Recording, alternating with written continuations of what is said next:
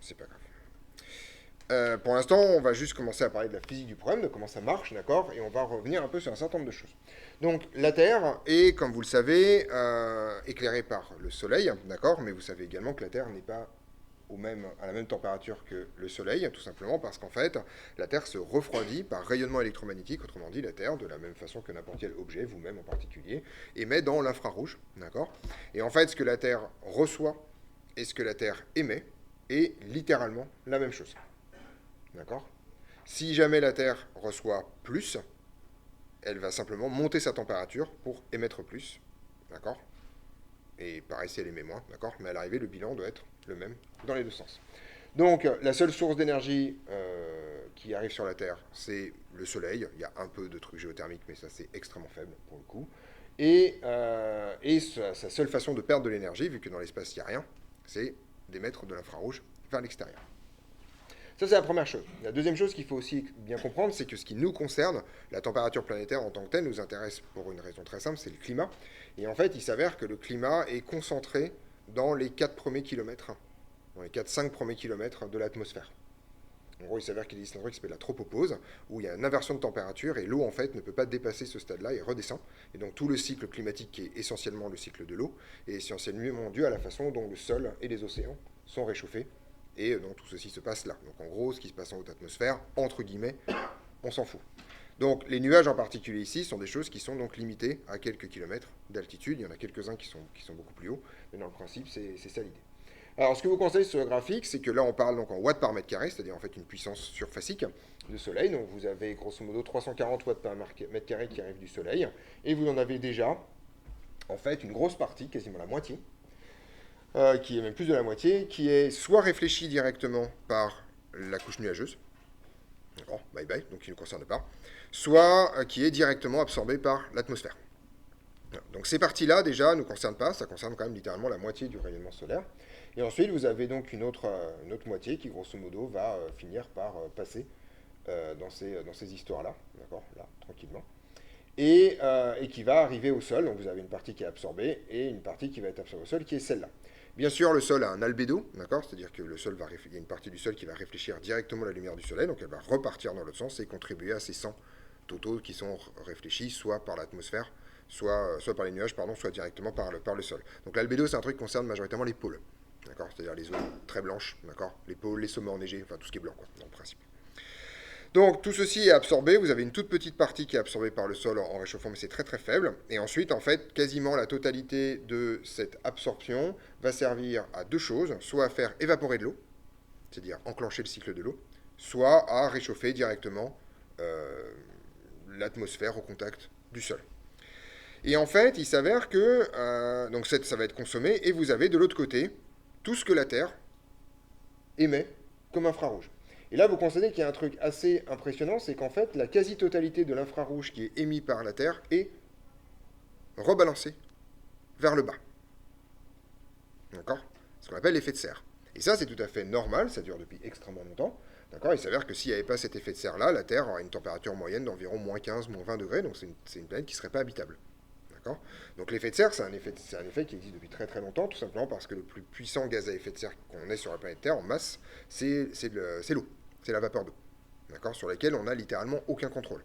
Je vous rappelle que 70% de la planète Terre est recouverte d'océan, donc quand ce truc-là décide de s'évaporer, le truc s'évapore. Voilà. Vous ne pouvez pas y faire grand-chose. Okay, et en fait, vous avez un truc ici qui s'appelle la fenêtre atmosphérique, qui est la quantité d'énergie qui arrive à quitter le sol et à passer la barrière nuageuse. Et qui va rejoindre ce truc-là, qui ne nous intéresse pas, qui est en fait le rayonnement infrarouge des nuages au-dessus. D'accord? Mais qui ne concerne pas le climat non plus, puisque c'est au-dessus que ça se passe. Et alors ça, c'est un truc important à comprendre, c'est qu'en fait, grosso modo, la balance, ce qui va générer notre température de surface, c'est massivement ici que ça se passe. Donc en fait, même si les flux sont énormes, l'équilibre thermique est lié à quelque chose d'extrêmement faible, qui est ce qui va traverser la fenêtre atmosphérique. Autrement dit, comme c'est une fraction très petite du rayonnement infrarouge, qui permet d'équilibrer tout ça, des modifications même très faibles de l'atmosphère, je vous rappelle que le CO2 est présent à l'état de trace dans l'atmosphère, hein, c'est vraiment un gaz qui est très très absent, pour le coup, en fait, vont avoir des conséquences qui peuvent être assez fortes sur la température moyenne planétaire. Donc ça, c'est la première chose à comprendre. C'est pas du tout une histoire de tout ça versus tout ça, c'est majoritairement une histoire de ça. Oui. Si elle enregistre 398 et qu'elle en récupère 342, il y en a quand même 234. Alors 229, c'est ça. En fait, il y a 236, enfin, il y a une grosse partie qui vient des nuages, en fait. Donc, en fait, ce petit bout-là, qui représente, donc, si tu fais les calculs, 46, rejoint donc les 195, voilà, qui sont là et qui sont en fait tout simplement le rayonnement infrarouge des nuages au-dessus et qui n'ont aucun impact sur le climat puisque tout ceci se passe dans la haute atmosphère. En fait, ça a des impacts, mais des impacts à plus long terme sur des oscillations. Donc ça, c'est la chose qui ne nous intéresse pas. Donc en gros, c'est ça qu'il faut piger, d'accord? Donc en gros, il y a cette partie-là, la partie directement réfléchie, l'albédo, et cette partie-là, la partie émise en infrarouge, qui conditionne littéralement notre stabilité climatique. Alors stabilité climatique, alors aujourd'hui on a des moyens, on a un nombre assez considérable de moyens de mesurer l'évolution de la température moyenne à la surface du globe. On a des moyens comme par exemple la croissance des arbres, croissance moyenne des arbres annuelle avec la dendrochronologie, vous savez les anneaux. Vous avez la croissance des fossiles, d'accord, qui vous donne en particulier des ratios sur l'acidité de l'océan qui est essentiellement liée à la température. Vous avez plein de trucs. En gros, la quantité de végétaux, quels végétaux, etc., etc. Donc on a en fait une quantité assez considérable de ça, jusqu'à l'invention ensuite de l'écriture, enfin plutôt de la thermométrie, donc c'est au XVIIe siècle.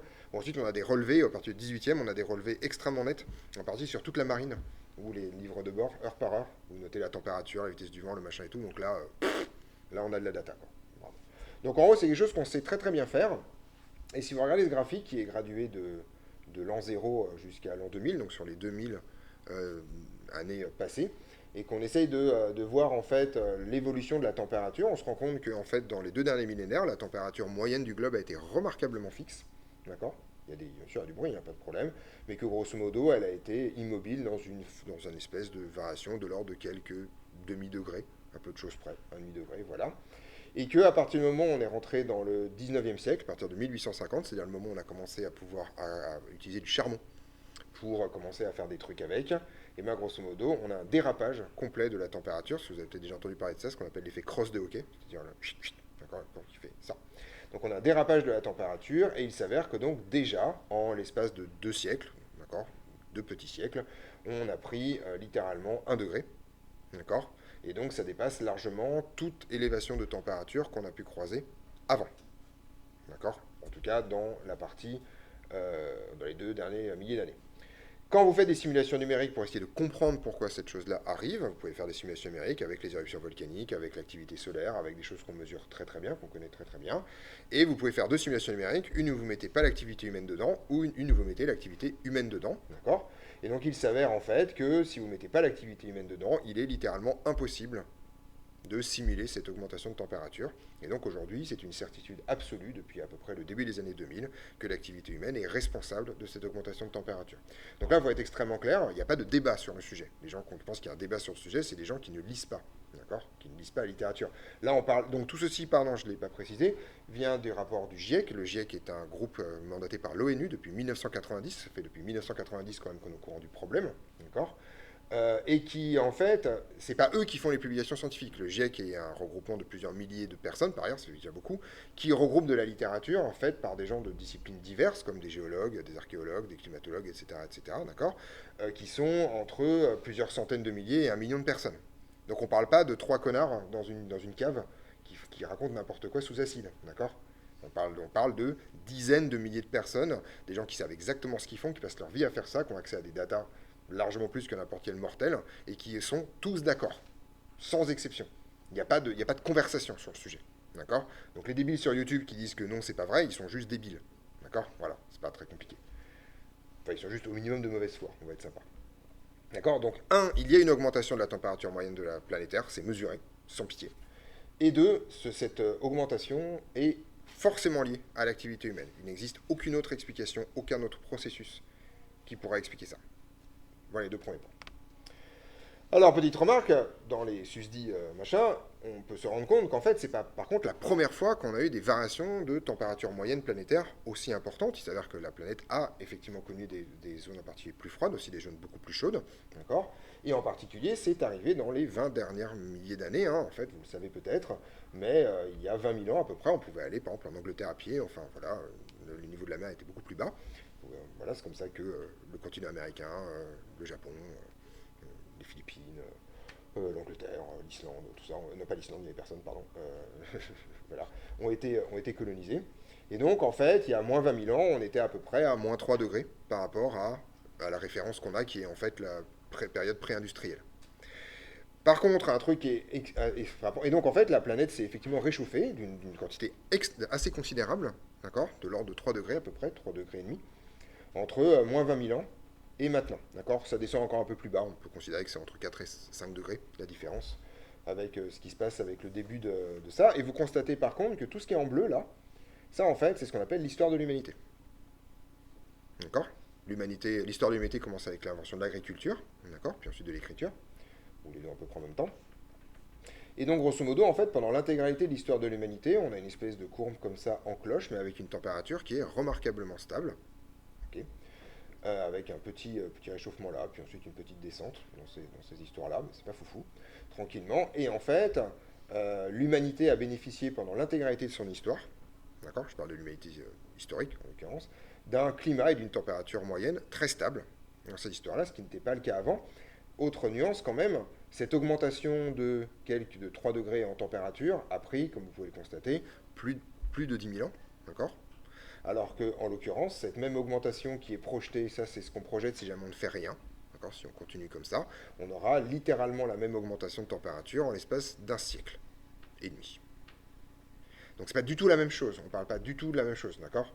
On parle de ça, c'est la différence entre toucher un mur avec le front et se prendre un mur à 200 km/h. Vous pouvez faire l'expérience chez vous, il y en a un des deux, vous survivrez, l'autre pas vraiment. On est d'accord? Donc on est littéralement dans une zone extrêmement problématique, non pas d'une part en fonction de l'ampleur du problème, mais aussi en fonction de la rapidité du problème. D'accord?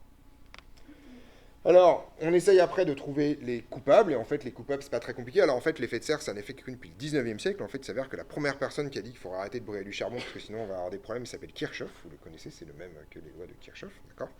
Et donc, c'est le premier qui a écrit, ça date de 1850 à peu près. Alors bien sûr, il n'y avait pas les chiffres, on n'avait pas les datas à l'époque, donc ça reste à l'époque une spéculation.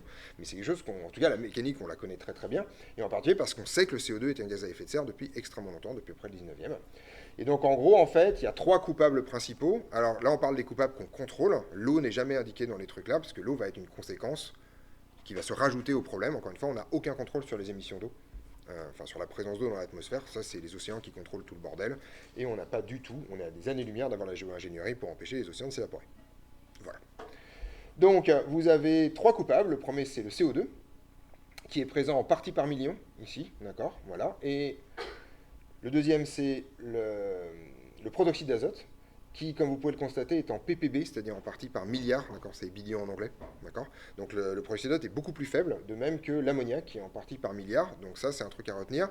Le protoxyde d'azote et le méthane sont dans des quantités qui sont à peu près 1000 fois plus faibles que le CO2 dans l'atmosphère. D'où le fait qu'en général, le premier coupable désigné, c'est le CO2. Mais c'est pas forcément pour ça, parce que le NH4, en particulier le méthane, a un pouvoir d'effet de serre beaucoup plus important que le CO2. En particulier, les impacts sont à peu près similaires.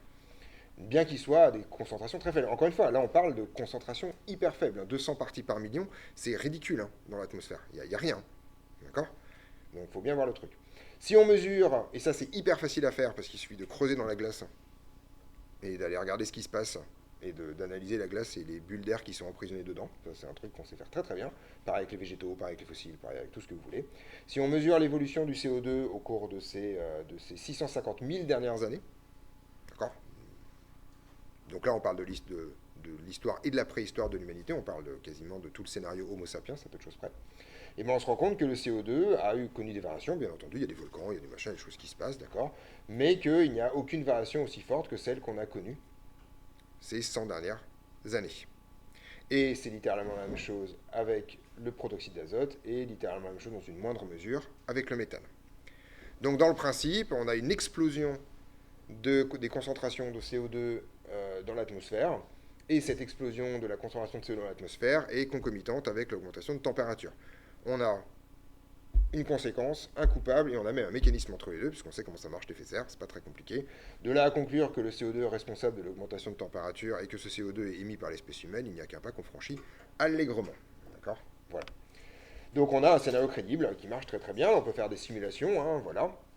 Et donc en gros, on peut essayer de se demander de tout ce qui se passe dans les contributions. Donc vous voyez qu'il y a des gaz ou des contributions qui sont positives à l'effet de serre, ce qu'on appelle, alors ce truc-là s'appelle le forçage radiatif. C'est en fait grosso modo l'augmentation, une espèce de conversion en augmentation de combien on aurait de watts par mètre carré en plus en fonction des divers ingrédients. Donc le premier, vous avez le charbon, voilà, combustion du charbon, vous avez tout ce qui est les composants organiques, voilà, et vous avez bien entendu les deux principaux coupables ici, le méthane et le dioxyde de carbone, et bien sûr le protoxyde d'azote qui arrive là en dernier. Petite remarque, vous voyez que vous avez des gaz qui sont négatifs dans cette histoire. C'est vrai du dioxyde de soufre en particulier, qui fait partie des projets de géo-ingénierie pour justement contrer le problème, c'est-à-dire de balancer du dioxyde de soufre dans l'atmosphère. Petite remarque, le dioxyde de soufre est naturellement présent en raison de la pollution des villes, ce qui est un problème écologique extrêmement fort. Lutter contre la pollution des villes revient à aggraver le réchauffement climatique. Dans la série Choix de merde, c'est le premier. Voilà. C'est-à-dire qu'en gros, aujourd'hui, voilà, c'est pas forcément écologiquement intéressant de lutter contre la pollution des villes. Voilà. Bon, on va voir. Et en gros aussi, un truc qu'on connaît très très bien, c'est le CO2 qui est balancé à l'atmosphère. Je vous rappelle que le CO2, c'est un truc qui est produit, c'est probablement la première équation que vous avez appris en chimie dans votre vie, hein. C plus O2 donne CO2, d'accord? Enfin, c'est probablement la première que vous avez vue, d'accord? Et donc on sait très très bien évaluer le CO2 qui est produit par les activités pétrolières, hein, enfin pour toutes les activités humaines.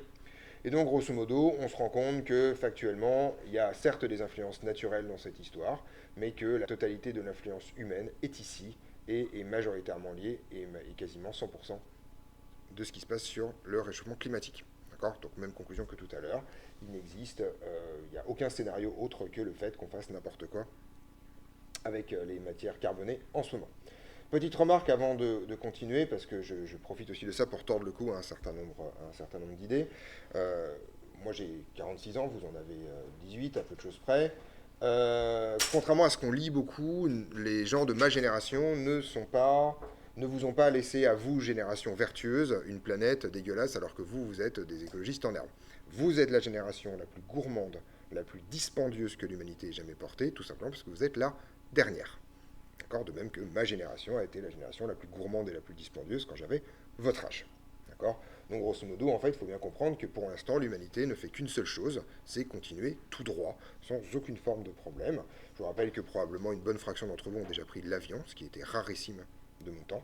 Quasiment la totalité d'entre vous ont un téléphone portable, ce qui était rare, ce qui n'existait même pas de mon temps. Voilà, très clair, etc., etc. D'accord? Donc grosso modo, la quantité d'énergie qu'on dépense pour votre existence à vous est surréaliste par rapport à celle qu'on dépensait pour la mienne, qui était d'ailleurs surréaliste par rapport à celle qu'on dépensait pour mes parents quand ils étaient jeunes.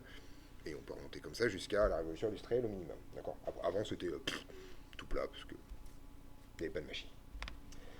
Alors, ce graphique-là est la chose que vous devez vraiment essentiellement comprendre, et c'est pour ça que les nouvelles commencent à être très très très mauvaises. Ce graphique-là est un graphique un peu vieux, c'est une des rares figures dans cet exposé qui ne date pas du dernier rapport du GIEC qui est sorti l'année dernière, enfin là, il y a 2 ans et l'année dernière, c'est un rapport qui s'étale sur longtemps. Ça, il date de 2001. Alors, petite remarque, le GIEC produit un rapport tous les 7 ans, traduit dans plus de 100 langues, avec un résumé à destination des dirigeants et des gouvernants. D'accord? Il y a des gens qui n'ont aucune excuse. Aucune. D'accord? Tout ceci est lisible. Ça existe en français. Vous pouvez le lire sans problème, avec des recommandations, des machins, etc., etc. Ça fait donc 30 ans, 35 ans, que le GIEC se fait chier à faire des publications dans toutes les langues. C'est-à-dire qu'aujourd'hui, quelqu'un qui a exactement mon âge comme notre leader suprême, par exemple, actuel, puisqu'on a fait nos études ensemble, d'accord, n'a aucune excuse pour ne pas avoir lu les rapports du GIEC. Vu qu'il y en a tous les 7 ans, d'accord, vous imaginez que, grosso modo, depuis que ce monsieur est aux affaires, eh ben, il en a vu 3 ou 4 passer sous le nez quand même. Donc dire, oh, bah, je sais pas trop de quoi on parle, bah, voilà, d'accord, c'est juste au minimum criminel. Alors, et ce truc-là est su donc depuis 2001, vous voyez que c'est un peu vieux quand même, hein, dans cette histoire, d'accord. Donc là, il y a 3, le dernier rapport du GIEC qui date, si vous avez bien calculé, de 2022, d'accord, tous les 7 ans, d'accord, 2001, voilà, 21 ans plus tôt. Alors ça, c'est une simulation assez intéressante. C'est une simulation avec une échelle arbitraire, d'accord? C'est des années, ok? Et l'idée est la chose suivante, vous faites une simulation et vous dites, ok, on décide que l'humanité arrête brutalement d'émettre des gaz à effet de serre. Donc il y a une petite, donc ça c'est la courbe ici, c'est la courbe d'émission comme ça du CO2, tranquillement. Donc bien sûr, il y a une petite période de transition qui dure à peu près une centaine d'années, d'accord? Voilà, on se laisse le temps. Et puis au bout de 100 ans, voilà, c'est bon, on est bien et on émet quasiment plus de CO2, d'accord? On est clair là-dessus? Si on fait ça, si on commence maintenant, bien sûr, c'est pas encore fait ça, juste pour information. Mais si on commence maintenant, voilà, la courbe violette, là, c'est l'évolution de la concentration en CO2 dans l'atmosphère. Là. Ça, là. Autrement dit, si vous arrêtez d'émettre du CO2 aujourd'hui, pendant les 1000 prochaines années, il ne se passe rien. Le CO2 est une molécule extrêmement stable et qui, une fois qu'elle est dans l'atmosphère, est hyper contente d'être là. D'accord? Il n'existe aucun moyen non énergivore de récupérer du CO2. Autrement dit, c'est pas tant ce qu'on fait tous les ans, c'est le cumul de ce qu'on a fait jusqu'à présent qui compte. D'accord? Autrement dit, il y a déjà des choses qui sont foutues. Dès aujourd'hui. On en reparlera bientôt. D'accord? Même si demain, la société prend un virage à 180 degrés, d'accord? Et s'arrête net de fonctionner comme elle fonctionne maintenant. Et vous remarquez que la température, donc, continue d'augmenter, jusqu'à atteindre une saturation à peu près un millénaire plus loin. D'accord? Donc ça fait partie des nouvelles extrêmement désagréables.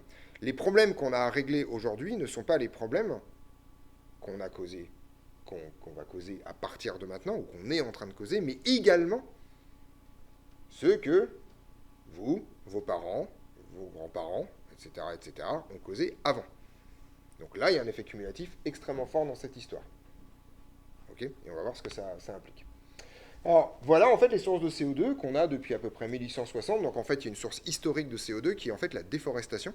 En gros, en fait, les arbres sont les seuls organismes capables de prendre du CO2 pour les transformer en quelque chose de non volatile, d'accord? De fabriquer de la matière organique. C'est un processus très lent, d'accord? Et donc, quand vous coupez des arbres, en fait, ça revient à émettre du CO2, puisque du CO2 est émis naturellement, en particulier par l'activité volcanique. Et donc, quand vous coupez des arbres, ce CO2, au lieu de redescendre, en fait, reste dans l'atmosphère et donc dans le bilan. Ça fait une source, c'est comme si vous aviez un moins, d'accord, grosso modo. Donc un espèce de plus. Donc historiquement, il y a toute la déforestation qui compte là. Et puis un jour, on a trouvé un truc absolument génial, qui est en fait que quand on brûle du charbon, on peut faire des trucs absolument incroyables. En particulier, on peut faire des machines, d'accord, on peut faire des locomotives, on peut faire tourner l'industrie, on peut se chauffer aussi, d'accord. Et puis 50 ans plus tard, on trouve un truc absolument incroyable, c'est qu'on va faire littéralement la même chose avec du pétrole, d'accord. Et ensuite, 100 ans plus tard, à peu près ici, on trouve que le pétrole c'est génial parce que c'est hyper concentré, on peut le mettre dans des réservoirs, on peut faire des voitures avec, on peut faire des moyens de transport, d'accord, voilà. Et donc voilà le pétrole. Ensuite, on découvre qu'on peut faire la même chose avec du gaz, en particulier pour produire de l'électricité. Et ensuite, on découvre qu'un truc génial, on peut construire des maisons en béton, voilà. Et donc c'est le dernier axe, puisque en fait le béton c'est extrêmement producteur de CO2 également dans cette histoire-là. Vous constatez un truc très intéressant sur ce graphique. C'est deux choses. On est au courant du problème depuis ici, et on n'en a rien à foutre. Rien. D'accord? La seule chose qui a vaguement baissé ici, c'est grosso modo le pic de pétrole, là. D'accord? Tout simplement parce que, en fait, il y a de moins en moins de pétrole qui arrive à être produit à des tarifs accessibles pour tout le monde.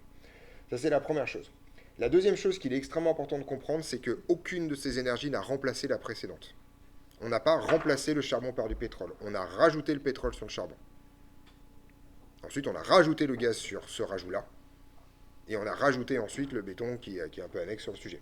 Donc il n'y a pas d'effet de remplacement. Il y a juste un effet de surconsommation énergétique massif depuis à peu près un siècle et demi. Et tout ceci étant de la matière organique, enfin en tout cas ces trois-là, d'accord, tout ceci émet du CO2 sans aucune forme de pitié qu'on veut le brûler. D'accord, il n'y a pas de conversation. Vous avez du C, du H, du O, vous avez du C, du H, vous brûlez ça, vous avez du C, du O, vous avez du CO2. Voilà, au revoir. D'accord?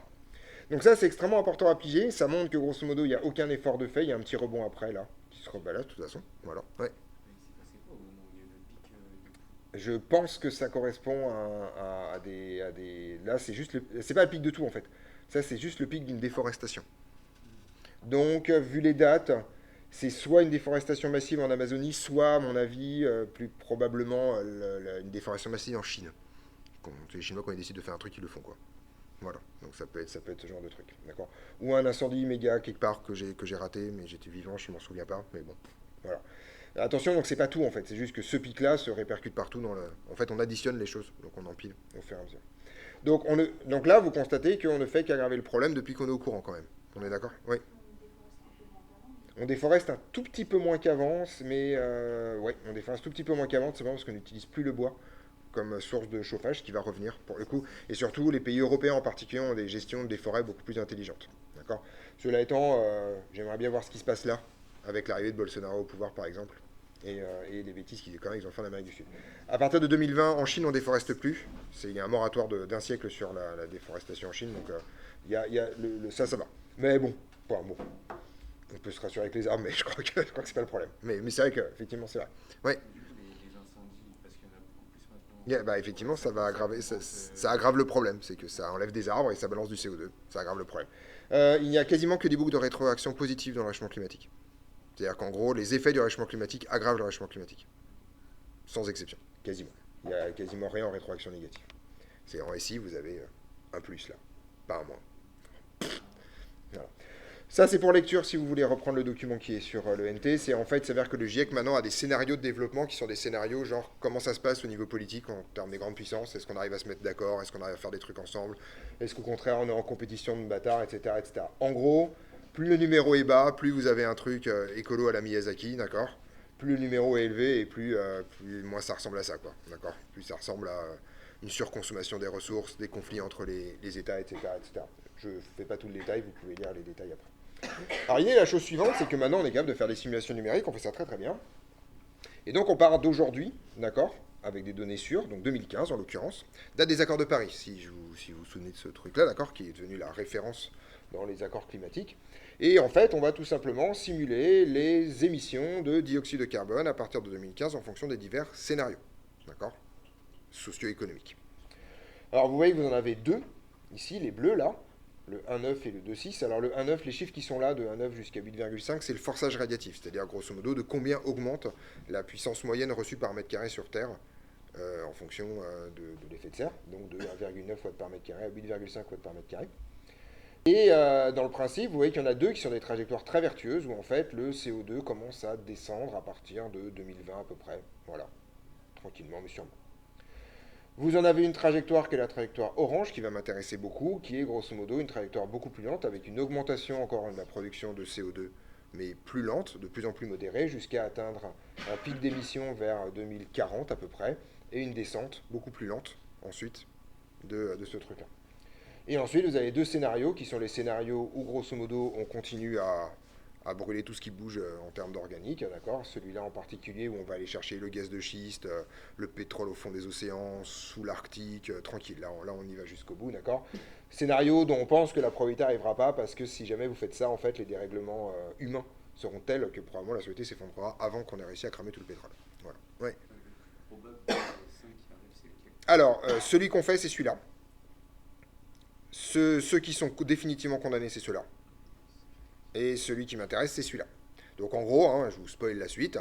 Ce qui m'intéresse, c'est comment on évite ça. Ça, c'est mort. C'est même pas la peine d'en discuter. Les journalistes en parlent encore. C'est juste débile. Voilà. Ce qui m'intéresse, c'est comment on arrive à tenir vaguement celui-là. D'accord, le CSP2. Voilà. On va comprendre pourquoi.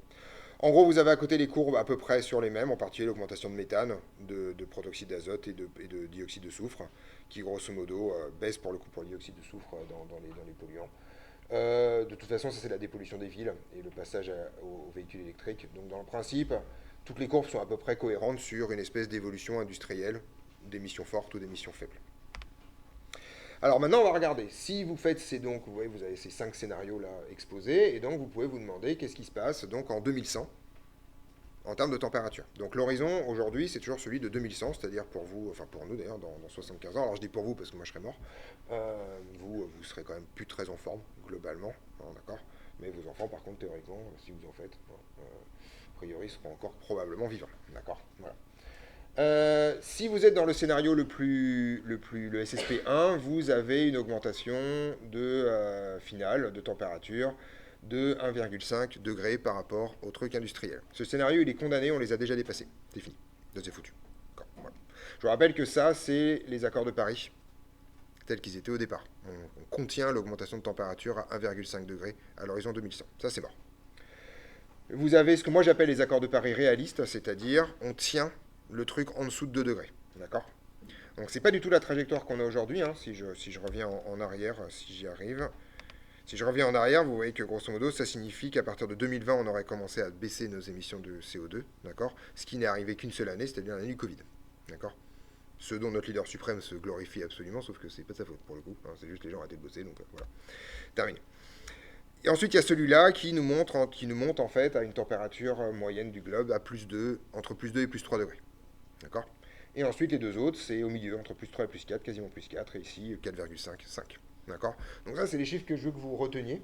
Grosso modo, en fait, dans les deux scénarios vertueux, on est en dessous de 2, de plus 2. Dans le scénario qui, à mon avis, est encore envisageable, on est à plus 3. On est en dessous de plus 3, en tout cas. Et dans le scénario sur lequel on est en ce moment, c'est-à-dire sur lequel on ne fait rien, on est à plus 3,5, plus 4. D'accord? Voilà les chiffres que je veux que vous ayez en tête pour la suite. Alors, l'idée est la chose suivante, avant de continuer. Il y a un énorme problème, et ça c'est un problème politique très très fort, et duquel il faut que vous preniez conscience aussi en tant que futurs citoyens et citoyennes, c'est que quel que soit le scénario, si vous regardez ce qui se passe entre 2040, si vous regardez ce qui se passe à 2040, vous voyez que tous les scénarios mènent à une augmentation de 1,5 degré de la température. Tout simplement parce que cette augmentation-là, elle est liée aux émissions de gaz à effet de serre qui ont été faites avant. Donc, quelles que soient les décisions que vous prenez aujourd'hui, quand je dis vous, c'est l'intégralité des décideurs et vous en tant que citoyens et citoyennes, en 2040, vous ne verrez aucune différence entre les divers scénarios. Aucune. En 2060, vous commencerez à avoir des différences avec les scénarios les plus hardcore. D'accord? Mais en particulier sur les deux scénarios du milieu, c'est-à-dire les deux scénarios dont je veux discuter aujourd'hui, vous ne verrez pas d'effet de différence en 2060. D'accord? Les effets, en fait, vont commencer à se voir très très fortement. En 2100, on retrouve les 2,7 et les 3,6 dont je vous ai parlé tout à l'heure. Donc ça, c'est extrêmement problématique dans les sociétés dans lesquelles on vit, où les mandats électoraux sont en général des mandats avec des perspectives assez faibles, d'accord? Il faut faire des choix extrêmement difficiles pour des perspectives qui ne concerneront même pas votre génération, d'accord? Parce que vous serez grosso modo adulte, genre là, quoi, d'accord? Moi, je serai vieux, enfin mort, non, je suis mort là, je quand même pas déconner. Voilà, d'accord? Et donc ça fait partie des choix très compliqués à faire, ouais. Comment c'est possible que pour le meilleur des scénarios, enfin c'est-à-dire Celui-là, là. envisageable, Ouais. à la fin, on a 1,4 degré, alors qu'au début on a 1,5. Alors tout simplement parce que dans le meilleur, parce que en fait le CO2 reste, mais c'est la raison pour laquelle j'ai parlé beaucoup de CO2. Le CO2 reste, mais par contre le méthane lui est beaucoup moins stable. Et donc en gros, si tu arrêtes de produire du méthane de façon très très forte, en 50 ans c'est réglé pour le coup. Donc le CO2 lui va rester. Donc en gros, la différence que tu vois entre le 1,6 et le 1,4, c'est la contribution du méthane au problème. Ça va Yann, tu t'amuses bien? Qu'est-ce que tu fais avec un tournevis quoi? Oui, je vois que tu tournes un tournevis, c'est bon, j'ai des yeux quoi. Ça va. Donc en gros là c'est le méthane en l'occurrence. Donc là tu as l'impact CO2 qui continue à monter. Après c'est relativement stable et il y a le méthane qui disparaît. Donc le méthane c'est un problème, pour moi c'est un problème annexe parce qu'un problème qu'on peut régler en 50 ans et un problème qui m'angoisse beaucoup moins qu'un problème qu'on ne peut pas régler en moins de 10 000 ans. Pas le même délire, d'accord? Donc là c'est le méthane en l'occurrence. Alors, et donc je reviens sur cet aspect cumulatif en fait parce que là on va mettre des chiffres là-dedans parce que vous êtes des gens intelligents et donc on va essayer de comprendre. Vous tracez un truc très simple, donc vous faites un graphique un peu à la con, vous tracez l'évolution de la température au cours des siècles à partir donc du début de l'ère industrielle, et vous tracez, ça c'est en ordonnée, et en abscisse vous mettez la quantité cumulée, non pas celle par an, mais la quantité cumulée de CO2 que vous avez balancé dans l'atmosphère. D'accord? Voilà. Si vous faites ça, vous constatez que vous avez un truc qui ressemble magnifiquement à une genre de droite, d'accord? C'est un peu gouzou-gouzou, mais d'accord? Vous pouvez imaginer que c'est un peu tout droit, d'accord? Donc déjà, il y a une forte corrélation entre les deux. Ça, c'est relativement net. Et ensuite, vous dites, bah, c'est simple, moi, je veux m'arrêter à 2 degrés. Donc si je m'arrête, ou à 1,5. Si je veux m'arrêter à 1,5 degrés, vous faites ça. Vous regardez où est-ce que ça touche la courbe, d'accord? Voilà. Et puis, bah, vous dites, bah, donc, il faut s'arrêter là. Voilà. Si au contraire, vous dites, bah non, moi, je veux m'arrêter à 2 degrés, bah, vous allez là, vous regardez où ça touche la courbe, et scrotch, vous coupez. Etc., etc. D'accord? Donc en fait, cette courbe-là vous donne grosso modo une espèce de fenêtre, d'accord, une espèce d'intervalle qui vous raconte à combien de CO2 dans l'atmosphère vous avez le droit si vous voulez contenir l'augmentation de température à temps. D'accord? Donc ça, c'est pas très compliqué, ça se calcule et vous pouvez donc le reporter en bas. Et donc en bas, ça c'est le scénario bleu, voilà, il faut s'arrêter là. Ça c'est le scénario bleu foncé, il faut s'arrêter là, d'accord? Le scénario orange dont on parlait tout à l'heure, il faut s'arrêter là. Scénario rouge, on s'arrête là, etc., etc. Alors la blague, c'est maintenant. Ce qui est en grisé, là, c'est tout ce qu'on a déjà émis dans l'histoire de l'humanité. Autrement dit, si vous voulez tenir les accords de Paris,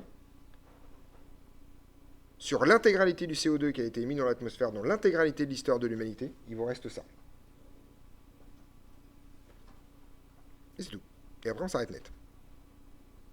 Ça, c'est la première nouvelle très très désagréable. C'est qu'en fait, la majorité du truc a déjà été balancée. Il ne reste plus de marge de manœuvre. D'accord ? Grosso modo, même dans le scénario un peu dégueulasse qui est le scénario orange, ça signifie que grosso modo, on a déjà émis 2/3 du CO2 auquel on avait le droit. On l'a déjà fait. C'est pas... voilà, c'est fait, c'est le passé. On ne peut pas retourner en arrière. C'est fini. D'accord ? Donc en gros, et là on parle de l'émettre d'ici 2050, 2100, c'est-à-dire qu'il faut qu'on arrête maintenant. Donc c'est-à-dire qu'en fait, dans les prochaines décennies, si on veut tenir celui-là, par exemple, le SSP126, dans les prochaines décennies, par exemple, ça signifie que dans les prochaines décennies, pour l'intégralité de l'humanité qui existe aujourd'hui, on doit émettre à peu près, je sais pas, un cinquième, grosso modo, du CO2 qu'on a déjà émis avant. Il ne reste plus que ça. Terminé. Et ça, c'est pour le reste de l'histoire de l'humanité, par ailleurs. Donc l'aspect cumulatif, c'est un truc extrêmement important, et les chiffres sont désagréables, c'est-à-dire qu'il ne reste pas une marge de manœuvre énorme, en fait. D'accord ? Si on met un peu de chiffres, un truc un peu moins graphique, et qu'on regarde ce truc-là, donc là, il y a des probabilités que ça arrive. Moi, personnellement, j'aime bien que ça arrive à 83% de chance. Je ne vais pas commencer à jouer avec les 17% de chance, d'accord ? Enfin, voilà. Donc, si on veut qu'il y ait 83% de chance, par exemple, de limiter l'augmentation de température à 2 degrés, donc là, vous avez tout le tableau, d'accord ? Donc ça, c'est ce que j'appelle les accords de Paris réalistes. Tout le monde en parle, de limiter la température, enfin, l'augmentation de température en dessous de 2 degrés, donc c'est ce truc-là. Si vous faites ça, il nous reste 900 gigatonnes de CO2 à émettre dans l'atmosphère, point barre. Si on en émet 1 tonne de plus, on dépasse les 2. Pas de beaucoup, hein, mais on dépasse, d'accord ? Si vous en émettez le double, vous serez à plus 4. C'est pas compliqué. Donc, dans le principe, il nous en reste 900. Aujourd'hui, on en émet 50 par an. D'accord ? Il nous reste 45 ans d'émissions comme ça, et après on doit s'arrêter net, ce qui n'est pas la meilleure façon de faire. D'accord ? Donc non seulement on a émis 50 par an, mais ça augmente tous les ans. De surcroît. D'accord ? Donc voilà le chiffre que je vais retenir, je vais l'arrondir à 1000. D'accord ? On va s'en servir à la rentrée quand on se reverra. Mais grosso modo, je veux juste que vous reteniez qu'aujourd'hui, le budget carbone pour l'intégralité de l'humanité, c'est 1000 milliards de tonnes de CO2. Voilà. Tranquillement. Alors, avant de partir, on va commencer à regarder un peu ce qui se passe. Parce que finalement, je vais revenir un peu si je peux. Voilà. Finalement, vous pouvez vous dire, oui, mais bon, plus 2 degrés. C'est quoi plus 2 degrés ? Je veux dire, entre l'hiver et l'été en France, il y a largement de différence de température de plus de 2 degrés, d'accord ? Il faisait 35 cet été, il fait moins 5, enfin voilà, d'accord ? Vous avez en fait des variations thermiques extrêmement fortes d'une année sur l'autre, d'une saison sur l'autre, même entre le jour et la nuit par exemple, d'accord ? Vous avez des variations thermiques très fortes. En quoi une variation de plus de 2 degrés pourrait être problématique ? Alors en fait, il s'avère qu'il y a un truc assez rigolo, c'est que localement, vous avez des variations de température très fortes, d'accord ? Jour, nuit, machin chose, mais qu'en fait, le jour-nuit, c'est le cas typique. Quand vous avez la moitié du globe qui a chaud, enfin, où il fait jour, quoi, vous avez l'autre moitié où il fait nuit. C'est un peu le principe, d'accord ? Et quand la moitié du globe est pendant l'été, l'autre moitié du globe est pendant l'hiver. Et on a des variations locales de température qui sont extrêmement fortes, mais par contre, la valeur moyenne de la température est quelque chose de relativement stable et c'est relativement remarquable, d'accord ? C'est vraiment parce que la Terre tourne sur elle-même. En gros, vous pouvez dire que ça se touille, quoi, dans le principe. La Terre, elle tourne sur elle-même, elle tourne autour du Soleil, voilà, tout tourne. Grosso modo, en moyenne, il ne se passe pas grand-chose. Oui. Aujourd'hui, on a passé les plus 1,5 à ma connaissance. On est déjà à plus 1,5. Voilà. Peut-être 1,4, 1,3, il faut regarder. Mais on n'est pas, enfin, en tout cas, on n'est pas loin, quoi. Oui. Non, c'est toujours par rapport à 1800. En fait, la température zéro, c'est 1800. Et c'est la température en 2100. Voilà, c'est-à-dire sur 2 siècles, combien on a pris. Voilà, quand je dis plus 2, c'est plus 2 en 2 siècles. Si je dis plus 4, c'est plus 4 en 2 siècles. Et on a déjà fait, donc, plus 1,5. Alors, en fait, il s'avère que, comme je l'ai dit tout à l'heure, on a déjà connu des situations où la température du globe était beaucoup plus basse. D'accord ? Et on peut regarder ce qui se passe. Par exemple, il y a 20 000 ans, à peu près, on a 5 degrés de moins, à la louche, 4 plus exactement. D'accord ? Et en fait, vous pouvez constater que le truc est un peu différent. Il faut quand même regarder. Donc déjà, on a 120 mètres d'océan en moins, tout simplement parce qu'à l'époque, il y a énormément de glace continentale. Donc quand la glace fond, a priori, ça fait beaucoup monter les océans. Ce sera beaucoup moins le cas pour le réchauffement climatique qui nous concerne, puisque les glaces continentales ont quasiment tout disparu, sauf en Antarctique. Donc voilà. Là, vous avez un truc, je ne sais pas si vous lisez ce truc quand même. Vous avez de la glace sur l'intégralité du nord de l'Europe à 3 putains de kilomètres d'épaisseur. 3 kilomètres d'épaisseur. C'est pas juste, c'est glissant le matin, quoi. D'accord? 3 kilomètres d'épaisseur, c'est la hauteur du Fuji. D'accord?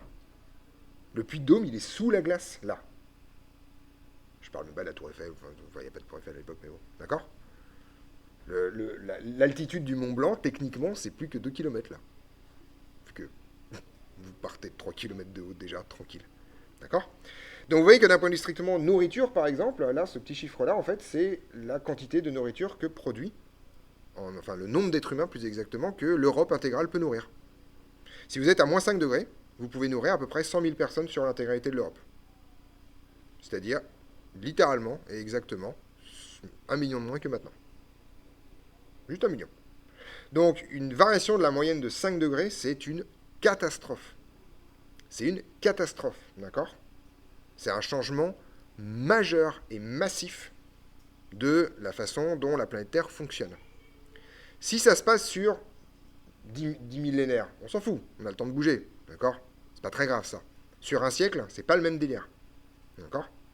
Parce que on bouge moins vite sur un siècle que sur des millénaires, on est d'accord?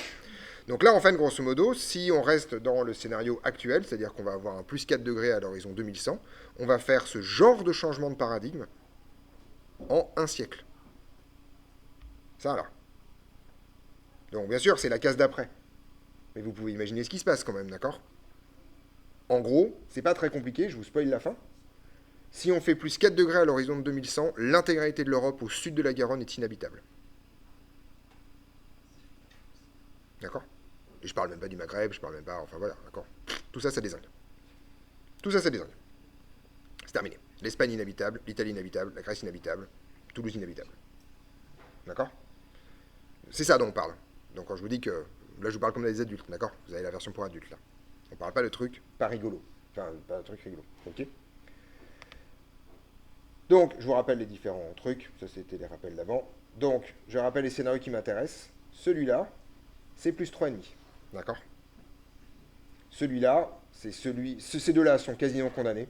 Allez, si vraiment tous les pays du monde deviennent très très vertueux, on peut encore le tenir. Vagos, celui-là. Mais les COP se succèdent et se ressemblent, c'est-à-dire qu'il ne se passe rien. D'accord? Je vous rappelle qu'aujourd'hui, la décision des COP, c'est quoi le pognon qu'on va donner aux pays du tiers-monde pour ça? Ce qui est débile. Le pognon, à un moment donné, il n'y aura pas le problème. D'accord? Si vous avez plus de 2 milliards de la population qui décide de bouger, c'est pas leur filant du pognon que ça va régler le problème. Juste bouger. D'accord? Donc pour l'instant, les COP, c'est ah oui, ça va coûter cher à certains pays, on va essayer de trouver du blé. Mais c'est pas la question en fait. On s'en fout ça. Faut pas, Là, ici, dans ces scénarios-là, trouver du blé, ça peut être intéressant. On pourra encore vaguement compenser 2-3 trucs. Au-dessus, c'est mort. C'est pas la peine. D'accord? Et on va comprendre pourquoi.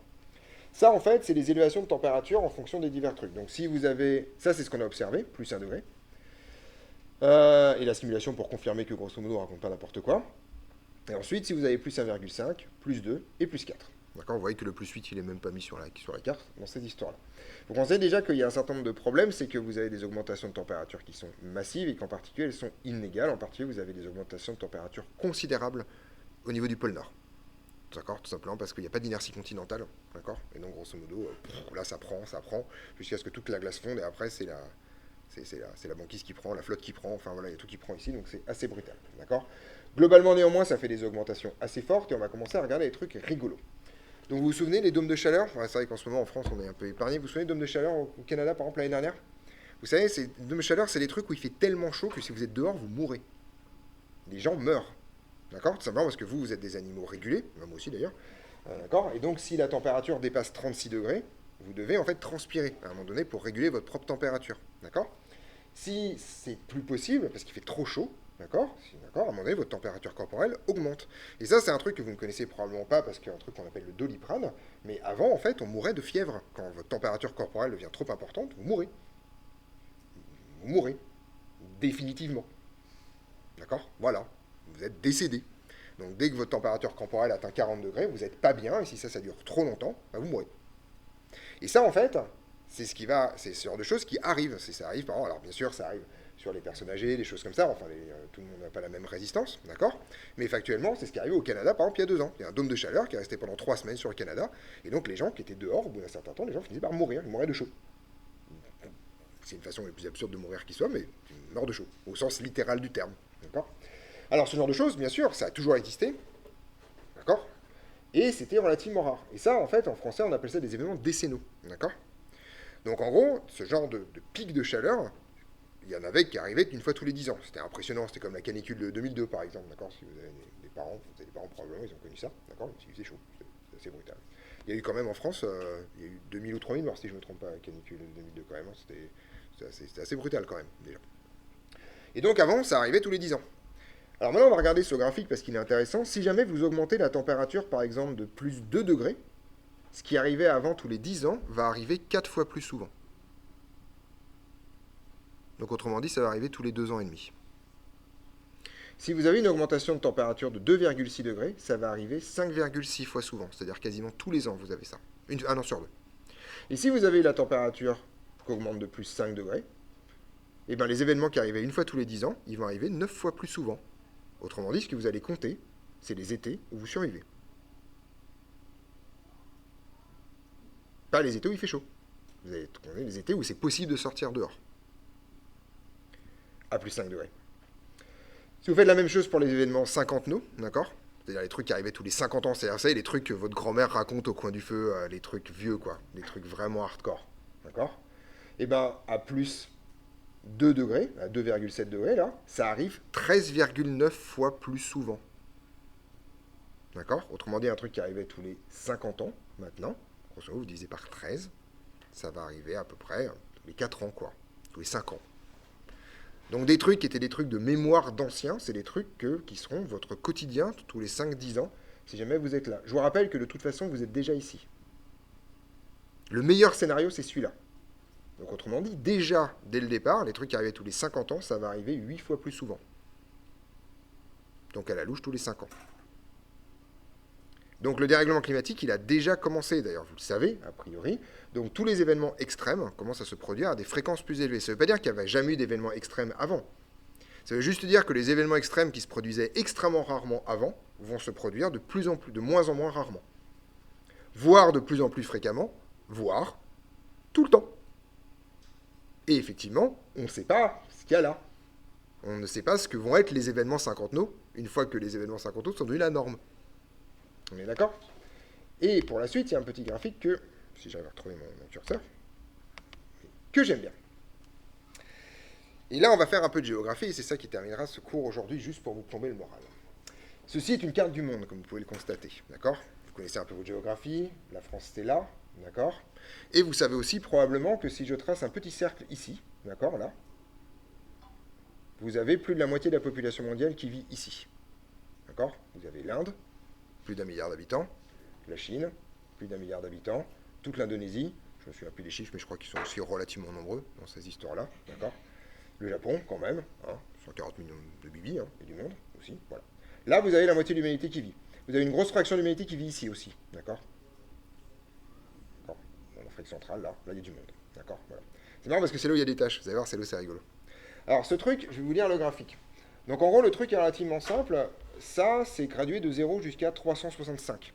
En gros, c'est le nombre de jours. La couleur vous donne le nombre de jours dans l'année où, en fait, vous dépassez le seuil de mortalité si vous sortez. D'accord? C'est-à-dire qu'en gros, si jamais vous êtes dans un air humide et trop chaud, genre il fait 42, 45, 48, si vous êtes dehors, vous risquez de mourir. Par un problème de régulation thermique. Alors bien sûr, si vous passez 20 minutes dehors, vous n'allez pas mourir. Mais si vous y passez une journée ou un truc comme ça, voilà. Ça veut dire que de toute façon, votre activité en tant qu'être humain est fortement contrainte. Vous devez rester à l'ombre toute la journée, vous devez sortir la nuit, vous ne pouvez pas travailler, enfin vous ne pouvez rien faire, dans le principe. D'accord? Donc, historiquement, c'est ça. Donc bien sûr, il y a des endroits dégueulasses, on est au courant, le sud de la frontière amazonienne, le Sub-Sahara, le nord de l'Inde, il y a des endroits où c'est pas marrant. Mais grosso modo, vous voyez que c'est quand même très jaune, d'accord? Mais c'est beaucoup quand même déjà. Ça veut dire que déjà, il y a des endroits, là, dans le nord de l'Australie, sur les conneries, où déjà les étés... c'est velu, quoi.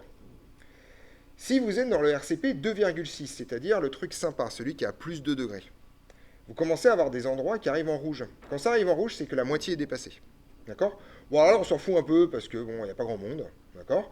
Commencez, là, ça commence à se foncer aussi un peu, là, quand même, dans cette histoire-là. Il commence à y avoir du monde, quand même, la Côte d'Ivoire, le Togo, là, dans cette histoire-là. Puis là, vous avez ça, vous avez l'Inde, et puis vous avez là, toute cette partie-là, là. D'accord? Toute l'Indonésie, là. Là, ça veut dire que grosso modo, ce que ça vous raconte, c'est que dans le truc le plus sympa, à plus 2 degrés, vous avez déjà des endroits relativement peuplés où vous avez quasiment plus de 200 jours par an où l'extérieur n'est pas adapté à un être humain. Dans le scénario sur lequel je veux vous convaincre qu'il faut être, parce que moi celui-là j'y crois plus, c'est-à-dire le scénario pour lequel on va se battre pour tenir, c'est celui-là. D'accord ?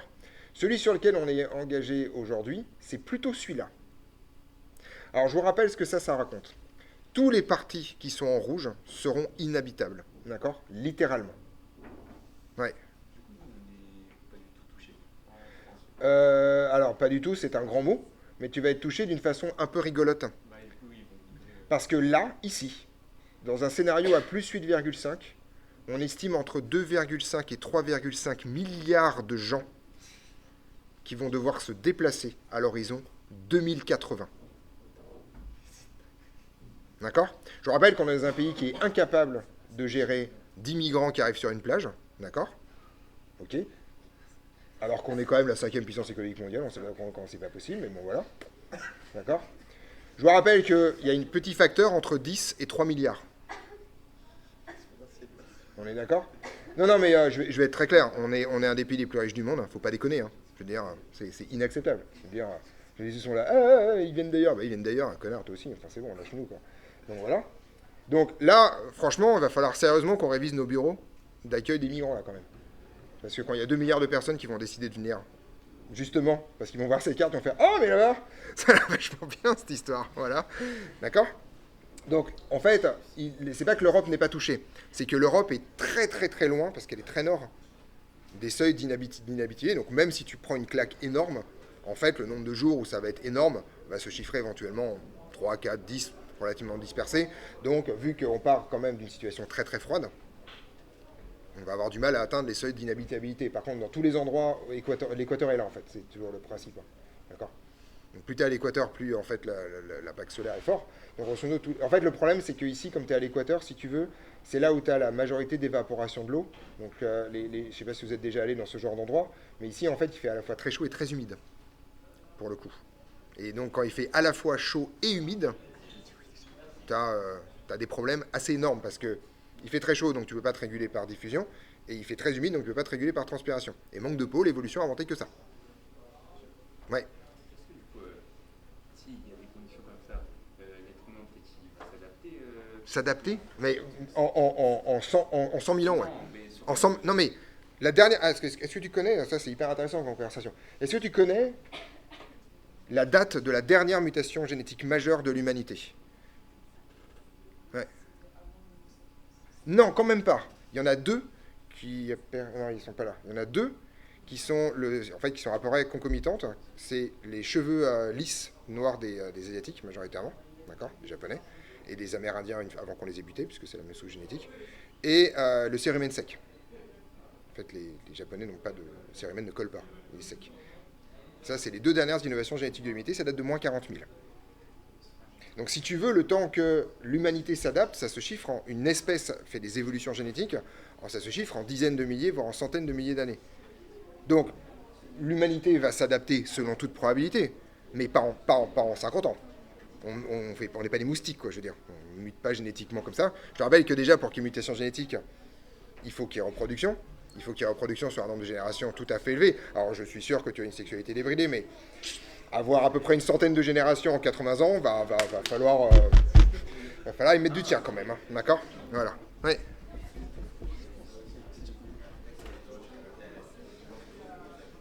Alors, effectivement, il y a de fortes chances pour que ceci devienne effectivement plus habitable, mais le problème, c'est qu'il y a zéro infrastructure. C'est ça le problème, c'est que... Alors, je vais être très clair, l'humanité ne mourra pas. L'humanité se déplacera sans aucune forme de problème. Je veux dire, on est une sale espèce. Je te rappelle qu'on a été réduit à peu près à 10 000 individus en moins 400 000. On a tenu le choc, on a bouffé des coquillages pendant 100 000 ans en Afrique du Sud, puis après on est reparti. Hein, pas de problème, ça. Homo sapiens, ça, c'est indécrottable. Par contre, que la civilisation, elle, tienne le choc, c'est une autre conversation. C'est pas la même chose, en fait, la survie de l'humanité et la survie de la civilisation. C'est pas du tout pareil. Et effectivement, la Sibérie va devenir habitable. Alors, Je te rappelle qu'en ce moment, la Sibérie, c'est pas, c'est dans un pays qu'on appelle la Russie, qui est peut-être pas fondamentalement le pays où c'est ta première idée en disant tiens, je vais aller habiter quelque part de sympa en. Non. Non. Au Canada, peut-être. En Russie, si tu veux, en ce moment. Moi, je trouve pas ça méga glamour, quoi, tu vois, comme principe, si tu veux, voilà. Bon, il y a l'Ukraine aussi, c'est sympa aussi, par ailleurs. Voilà, il y a des beaux paysages. Bon. Et effectivement, oui, mais par contre, est-ce qu'on est capable de construire des infrastructures capables d'accueillir Vraiment, là, on parle, il faut voir de quoi on parle. On parle au moins d'accueillir des centaines de millions de personnes. Tu vois, dans une reproduction de mode de vie, ça, c'est... Et tout en arrêtant d'émettre du CO2 pour faire ça. C'est-à-dire en arrêtant de faire du béton, en arrêtant de consommer du pétrole, en arrêtant de consommer du charbon. Parce qu'aujourd'hui, on joue à la baguette magique. Alors, tu peux faire sortir des villes de terre comme à Dubaï, comme les débiles, là, d'être fait des trucs comme ça, mais tout simplement parce que il n'y a pas un pixel de béton qui soit pas imbibé de pétrole là-dedans, quoi. Donc, bien sûr, quand tu as du pétrole à gogo, tu fais ce que tu veux de ta vie, quoi. Sauf que manque de peau, déjà, je vous rappelle que le pétrole est en train de disparaître. Ça, c'est la première, j'en parlerai pas, mais c'est quand même ça le truc. Et que deux, en fait, on a intérêt à arrêter. Et donc, en fait, on est probablement, certes, en Écosse, là, il va y avoir plein d'endroits où ça va être sympa, hein. Et le Groenland, c'est sympa, il va reprendre son nom d'origine. Ça s'appelle Greenland, tu vois, c'est-à-dire la terre verte, tu vois. Bon, après, le Groenland a servi d'entrepôt de produits chimiques pendant trop longtemps, donc maintenant ça sort de sous la glace, donc bon, c'est un peu dégueulasse pour le paysage, mais bon, c'est pas très très grave ça, voilà. Mais dans le principe, oui, le Groenland, ça va être sympa, mais il y a pas mais tu peux pas prendre, tu peux avoir une ville comme Jakarta, par exemple, et la mettre au Groenland en 2 coups de cuillère à peau, tu vois. Tu passes pas ta vie à faire ça. Sachant que Jakarta est une ville qui va disparaître, littéralement, en raison de la montée des eaux, par exemple. Voilà. Donc ça fait partie des trucs très très désagréables. Donc je sais pas, hein, vous voyez le truc là, il y a du monde quand même là, tout ça. Donc en gros, là, si vous faites ça, vous voyez en partie que toute la partie chinoise et la partie indienne sont moins impactées. C'est là où il y a des concentrations de population considérables. Le but du jeu, c'est quand même de faire en sorte que ces gens-là puissent rester un peu tranquilles dans la région où ils ont grandi. Juste parce que c'est mieux, quoi, dans le principe, d'accord. Donc voilà l'idée. Donc on va essayer à partir de la prochaine séance de voir comment on peut faire et c'est quoi les efforts à faire pour se maintenir dans ces trucs-là. Voilà, je vous laisse partir.